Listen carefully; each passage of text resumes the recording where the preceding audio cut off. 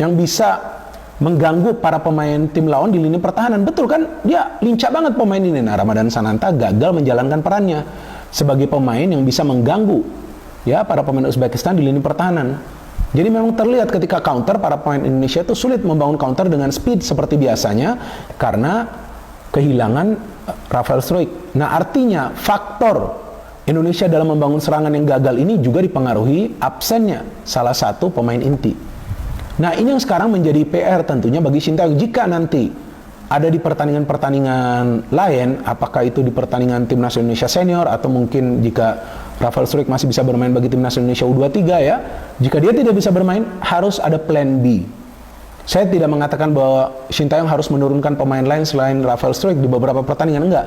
Tapi pemain lain yang nanti main, yang diturunkan oleh Shin Tae-yong harus bisa perform, dan Shin Tae-yong harus juga bisa memberikan pemahaman kepada pemain tersebut.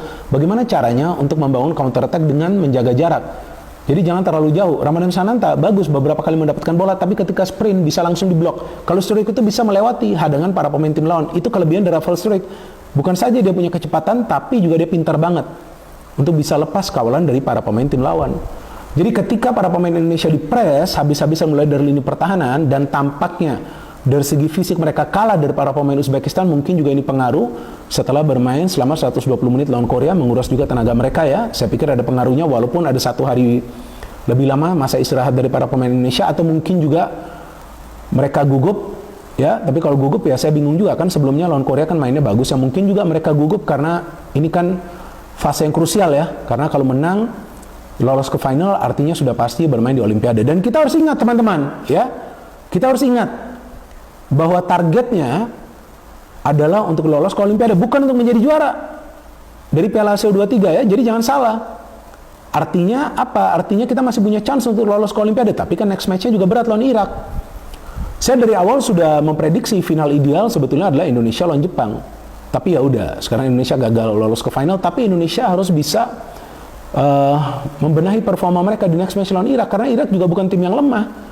Uzbekistan ya jelas bermain sangat baik di pertandingan semalam, tapi juga wasitnya ini yang ada beberapa keputusannya yang kalau menurut saya memang tidak sesuai dengan kejadian yang terjadi di atas lapangan. Jadi nggak ada salahnya juga jika kita emosi ya kan.